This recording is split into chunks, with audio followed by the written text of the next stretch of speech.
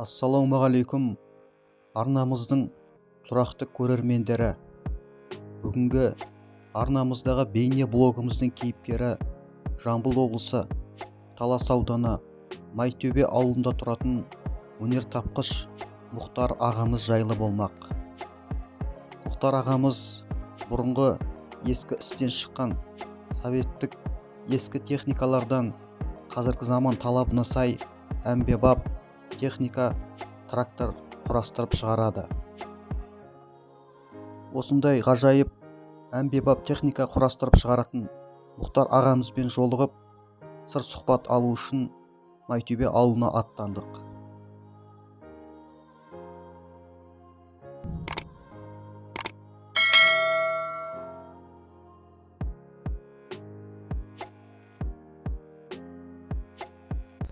Аға, енді өзіңіз туралы айтып өтсеңіз, қай жақ тумасы боласыз? Ассалаумағалейкум.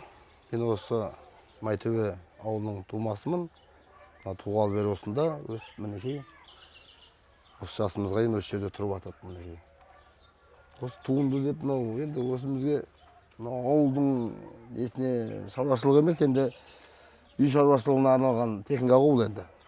Өзімізге, керегімізге жарайды. Жүретін жолымыз, тауға да шығамыз бұнымен. Кәдімгі.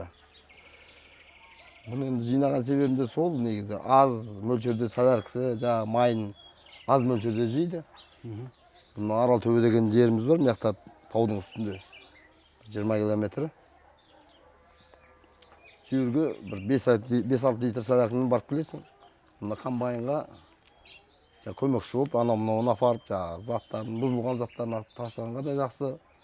Барам деген жеріңізге барасыз. Бұның алдына енді қоқшы, мынандай үй шаруашылығына мусор атқанға барлығы істелінеді. Косилкасы, соқуға да тіркеледі бұған.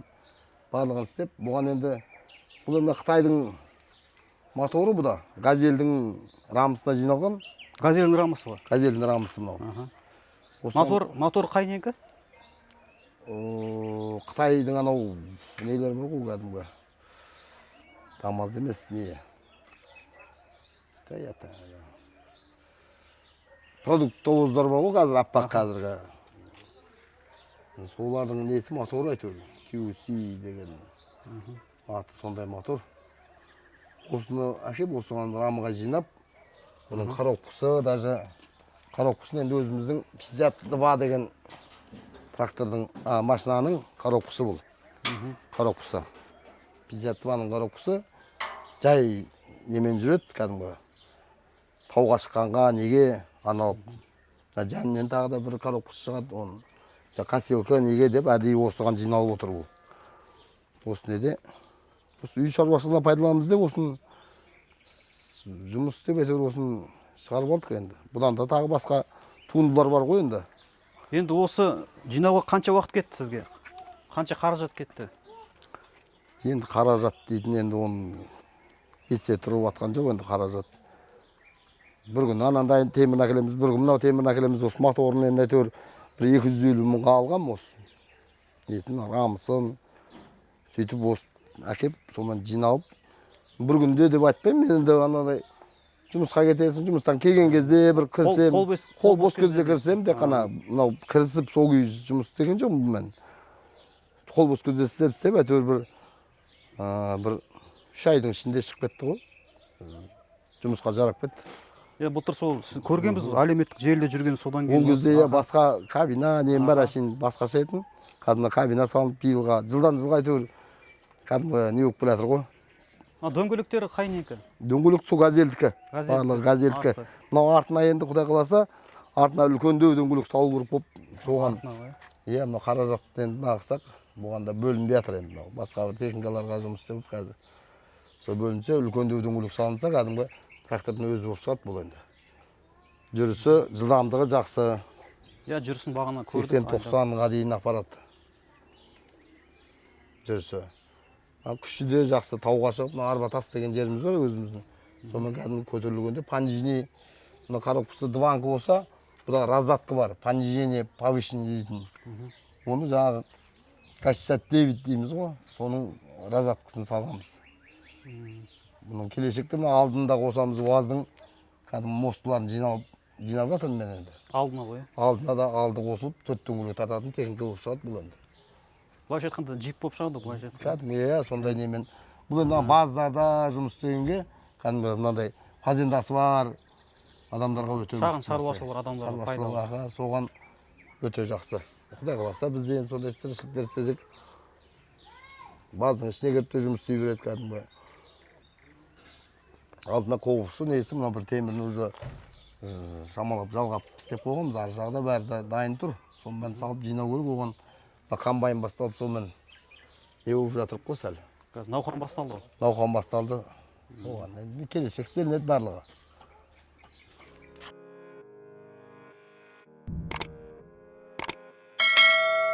Өз ісінің шебері Мұхтар ағамыздың ауласында Алла қаласа болашақта жүзеге асырылатын жоспарлап отырған техникалық жобалары бар екен. Бұл сөзімізге дәлел өздеріңіз көріп отырған бейнелердегі әртүрлі жарамсыз болып істен шыққан тракторлар мен жүк көліктерінің бөлшек қаңқалары. Мұхтар ағамыз бұл техника бөлшектерін әр аумақтан өз күшімен сүйреп әкеліп жинаған екен. Алла қаласа, Мұхтар ағамыз осы техника бөлшектерінен жаңа техникалық ел игілігіне қызмет ететін тракторлар жасап шығатынына кәміл сенеміз. Аға, енді естіп отырық, мынау жаңадан бастаған жобаңыз екен. Бұл не болмақшы болашақта? Бұл жоба, бұл баяғы Мармон деген машина болады негізі, өзінің түп несі. Шыққан несі, ЗИЛ 157 деген. Бұны енді бізде енді ол мәселелер қазір тоқтады ғой. Оның орнына мына моторын басқаша жасап, комбайн, бұл есемді 22 деген комбайнның моторы бұған салынып отқан. Коробкасы, ЗИЛдің коробкасы болады. Бұның да раздаткасы бар, алды арты жұмыс істейді бұның да. Бұған да соқа қосып, жаңағыдай жер мынаны өңдеуге қоссақ па деп отырық. Мына соқа енді құдай қаласа жерге шықсақ, сол жер айдап, егісімізді еккенге өзімізге бұл да жұмысқа қосылады, құдай қаласа. Моторы бәрі істеп қойдық, бәрін оталдық. Кабинасы некі? Кабинасы 150 деген кішкентай, Қасымсоттың кішкентайы болады. Т-150 деген. Соның кабинасы өзі де сол сияқты болып шығайын деп тұр. Алды қысқартылған, бұда 2 мост болушы еді ғой. Суретін көрдім, 2 мост. 2 мост болатын. Соның бір мост кесіліп, бұған жалған, бірінші мост. Бір мост, алдыңғы мост пен 2 мост татады. Бұл да екінесі айналатын болады ғой, е? Өзі қот бұл. Тауға бізге арнайы кәдімдей істеліп атқан нәрсе бұл. Жеріміздің бәрі тауда ғой сол. Аралтөбе деген жерде. Сояқа қырларды асып жүре беретін. Бұл сонда қазір соляркамен жүреді ғой, е? Соляркамен, комбайнның моторы кәдімгі жақсы. Турбинасымен кәдімгі күш қосқышы барлығы бар. Бұның енді күші жақсы болады. Бұл енді Алла қаласа болашақта бұнда көреміз деп ойлаймыз. Бұғында келетін жағымыз Алла амандық берсе. Сосын мен естіп отқам, сіз осыдан бір жасап шығарғаныңызды естідім. Түркістанға саттым дедіңіз, е? Түркістан. Соны айтсаңыз. Ол ДТ-75 Қазақстан деп айтып жоқ қой, сары. Соның кузовын алды. Тракторы. Оның шынжыр табанды дейміз ғой. Шынжырын бәрін алып тастап, кәдімгі доңғолақтар салынып, комбайнның алдыңғы доңғолақтары артына кетті. Оның бәрін жатып сересі токыр дейміз ба, сол арқылы кесіп, жоғынып, сөйтіп соны келтіріп, алдына мына осындай ЗИЛдің мостысы кетті. Кәдімгі рөлі, гидравлика салынып, кәдімгі жеңіл түрде. Онымен жер айдап 3 жылдай жұмысқа пайдаландық біз оны, өзіміз. Шоқай ауылынан жер айдадық. Сөйерде 3 жылдай жұмыс істеп, содан кейін осы Түркістан деген Жаңатас жақтағы Түркістан ауылы кәдімгі осы. Оны сіз кім, таныс кісілер көрді ма, или бір кісілер әлеуметтік желіден көрді ма, қалай көрді? Оны бір кісілер келген, оны осы ауылға, сол ауылдың адамдар келген етін. Осы ауылға комбайн аламыз, комбайн сатылатын комбайн барам ба деп сұрастырып осы кеп, менің бір комбайнда кеткен бір кісілер. Солар арқылы жаңа естіген, осындай дата істепті, осындай көрдік деп. Содан естіп келіп, келесі жылына кеп алып кетті солар кеп. Жұмысқа салып, кәдімгі пәленбай гектар жерін ол жаңағы простой, өте простой нәрсе. Енді оны көп андай не кетпейді, шығын да кетпейді оның құрған нәрселеріне. Жақсы жүреді, жер айдағанға өте салмақты. Соған қызығып, сөйтіп алып кетті оны. Осыны ауылда естіп отырмын. Сізді трактордың моторынан оталғаннан уже даусынан біледі дейді ғой, иә? Иә. Кейбір кісілердің қолынан келе бермейтін нәрсені сіз істей алады дейді. Тек қана сізге келеді деген. Тек қана осы Майтөбе ауылы емес, көрші Билікөл, Қаратаудан қазір сол Билікөлден қазір келіп отырмын, сол барып бір техниканы көріп. Бұл енді қалай айтсам болады? Қанда бар ма сізде, қалай өзі? Бала кезден осындай болды ма? Техникаға жақынсыз ба, қалай? Техникаға енді жақындығым, әкеміз өз механизатор болды ғой. Әкеміз, ағаларымыз сондай не болды. Осы жерде мына Нұрмахан деген ағам марқұм қайтыс болып кеткен. Сол кісі өзі қасына өзі комбайнер болып, қасына көмекші алып, содан қызығушылық. Өзі негізі жас кезден сондай болдық өзіміз. Сол кісімен бірінші болып жұмыс істеп, сөйтіп кеттік. Ол қанда бар негізінде, бәрімізде техника жағынан. Енді былай айтқанда, атамызда енді жаңағы молдалық бар еді ғой. Емдеп, елдерді. Соны өзімде ойлап қоямын енді. Мына техниканы емдейтін болып, мен шықтым ойынмен деп. Техника жағынан сіз? Техника жағынан, иә. Қазір ауылдың осы техникасын бәрін жөндеп, осы жұмысқа әйтеуір жарайтын қылып, елге жаңағы рахметін алып, сондай істеп береміз осы ауылда. Осы жерден қазір мына көктемнен бері 8 трактор жөнделді. Осы ауылда. Сіз өзіңіз жөндедіңіз? 8 трактор осы жерден шығып, неде тұрды. 8 трактор осы жерден моторлары кеткен, моторын жинап, коробкасы кеткен, даже краскіленіп, боялып осы жерден сөйтіп шығып кетіп жатты осы жерден. Енді ол ауылдың азаматтары болғаннан кейін кішкене жеңілдікпен не қылады? Сол жағынан ғой, сол жеңілдікпен әрине, ол басқа жаққа барып істетіп оны. Ағайын туыс бар, басқасы бар, келеді өстіп енді ауылдың адамы болғаннан енді бір шөп жағынан қиналсаң да бір жақсы жері ол кісілердің жаңағыдай қыста бір шөп не керек болса, аға осындай шөбіңіз бар ма деп келіп оларды көмегін беріп жаңағыдай. Сондай немен ағылады әйтеуір. Шөпке де келісіп, өздері қарап енді істеп бере беремін мен енді қолдан келген көмегімді. Осы ауылға, тем более ауылдың техникалары жүрсе, әркімнің бала шағасына жарап жатса қуанышты ғой бәрімізге, сол қуаныш қой.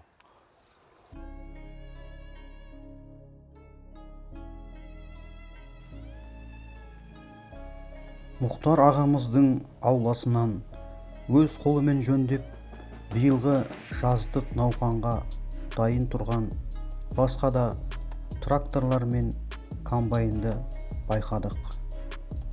Сонымен қатар тек Майтөбе ауылының жеке шаруа қожалықтарының егелері ғана емес, көршілес жатқан Жуалы ауданына қарасты Жылыбұлақ, Дарбаза, Қарабастау, Әбдіқадыр ауылдарының, Талас ауданының, көршілес ауылдарының жеке шаруа қожалықтарының егелері келіп, өз техникаларының кейбір ақауларын қарап, жөндеп беруін өтініп қолға салады екен. Бұл дегеніміз Мұхтар ағамыздың өз кәсібін өте жетік меңгерген маман ғана емес, сонымен қатар аумаққа сыйлы, қадірлі, бетке ұстар ер азамат екенін аңғартуға болады.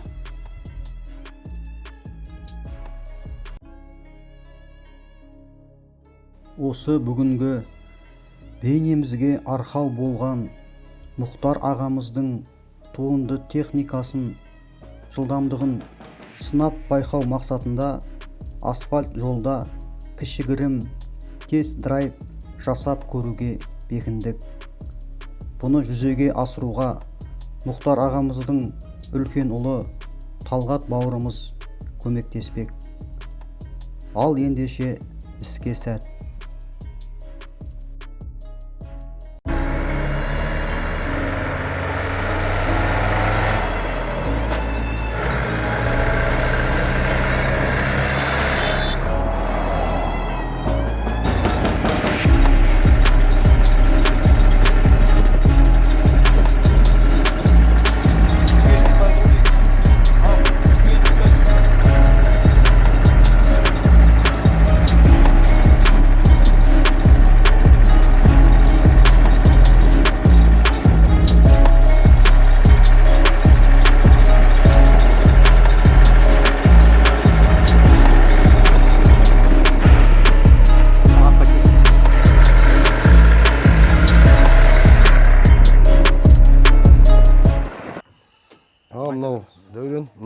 жаңағы кішкентай істеп отқан жаңағы жүріп жүрген жаңағы трактордың соның алдыңғы мостысы болады бұл енді.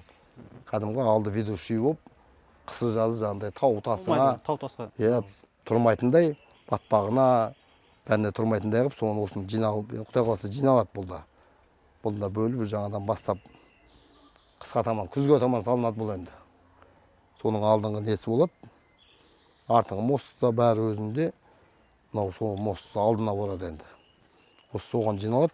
Осы УАЗдың өзіміздің кәдімгі үйренген көліктеріміздің запчастары солардан бір-біріне жинап әйтеуір жақсы былай жүрісі несін бәрі жақсы. Сондай немен жиналады.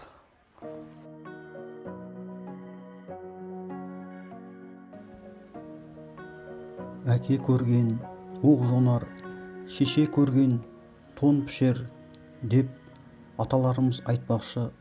Мұхтар ағамыздың үлкен ұлы тұңғышы Талғат бүгінде әке жолын қуып бастаған ісін жалғастырып жүр.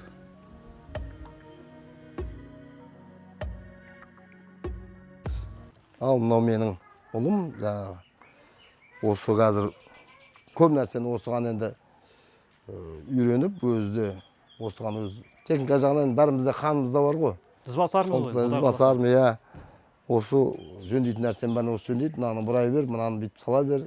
Өзінде байқап қалды, мына машинаны жөндеп отырып өзі осындай неге кішкентайынан құмар, қазір өзінің комбайны бар, өзі сонымен жұмыс істеп,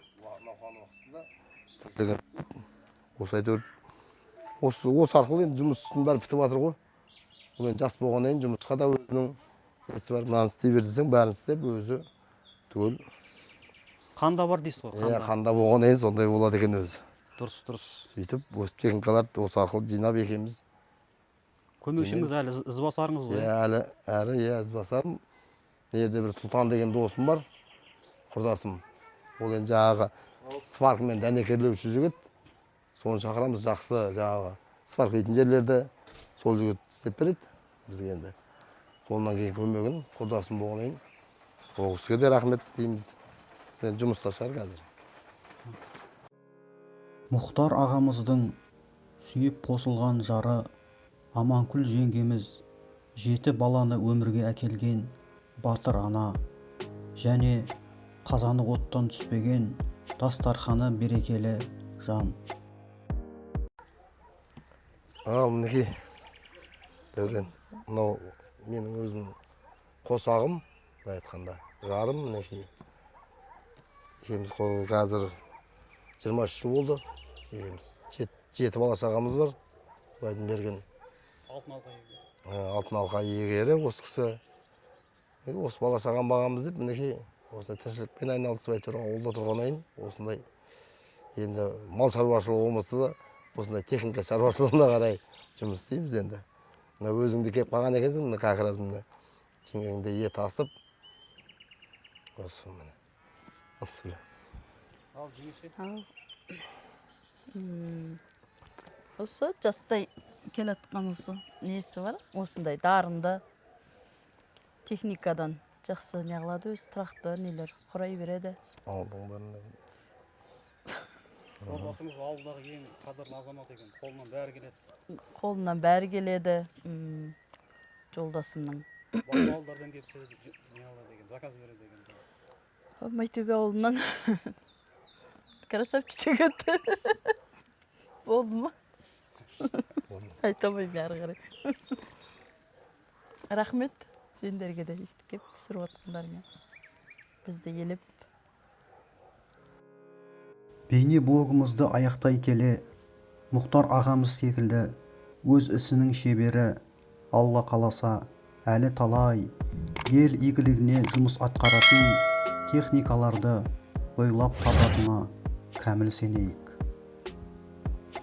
Жақсысы жігіттердің болар ұста, іске шебер, ал сөзі болар қысқа. Еңбекпен тапқан малы берекелі, бұндай жандар жұмыссыз қалмас тыста. Арналар көп, тәрбиесі ақылға еш қонарсыз. Демеушісі арнамыздың мүмкін сіздер боларсыз. Бізден болсын әрқашанда жақсы контент көрермен, кейіпкерім келесі мүмкін сіз боп қаларсыз. Келесі кездескенше Алла амандығын берсін ағайын.